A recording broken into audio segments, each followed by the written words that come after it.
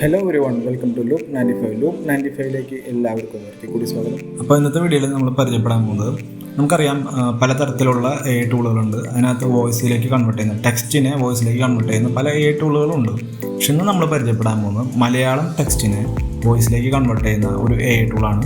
So keep watching Loop 95.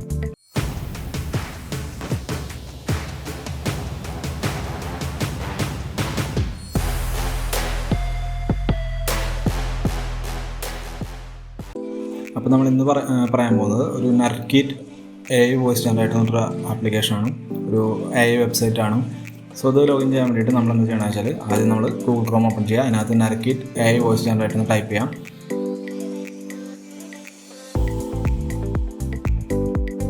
So നമുക്കിങ്ങനെ ഒരു ലിങ്കാണ് കിട്ടുക. ഫസ്റ്റത്തെ ലിങ്കിൽ തന്നെ ക്ലിക്ക് ചെയ്യാം. AI വോയിസ് ജനറേറ്റർ എന്ന് കാണുന്നത് ആ ലിങ്കിൽ ക്ലിക്ക് ചെയ്യാം. അപ്പോൾ ഇങ്ങനെ വെബ്സൈറ്റിലോട്ട് പോകും. അതിനകത്ത് വളരെ എളുപ്പമാണ്. നമ്മൾ മോർ ഓപ്ഷൻസിലാണ് ആദ്യം തന്നെ ക്ലിക്ക് ചെയ്യേണ്ടത്. അതിൽ ക്ലിക്ക് ചെയ്തതിന് ശേഷം ജസ്റ്റ് വെയിറ്റ് ചെയ്യാം. അപ്പോൾ നമുക്ക് ഇങ്ങനെ ഒരു ഇൻ്റർഫേസ് ആയിരിക്കും വരാം. അതിനകത്ത് നമ്മൾ ലാംഗ്വേജ് സെലക്ട് ചെയ്യാം. അപ്പോൾ ധാരാളം ലാംഗ്വേജിലുണ്ട്. അതിനകത്ത് നമ്മൾ മലയാളം സെലക്ട് ചെയ്യാം.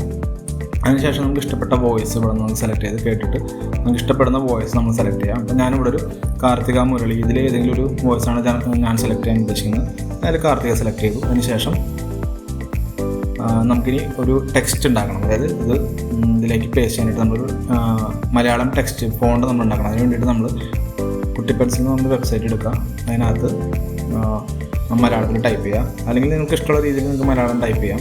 മലയാളം ഫോണ്ട് ടൈപ്പ് ചെയ്തതിന് ശേഷം അത് കോപ്പി ചെയ്തോടെ പേസ്റ്റ് ചെയ്യാം. ദെൻ ക്രിയേറ്റ് ഓഡിയോ എന്ന് പറഞ്ഞാൽ ആ ബട്ടൺ ക്ലിക്ക് ചെയ്യാം. നമുക്ക് ആ വോയിസ് ജനറേറ്റ് ചെയ്തിരിക്കും.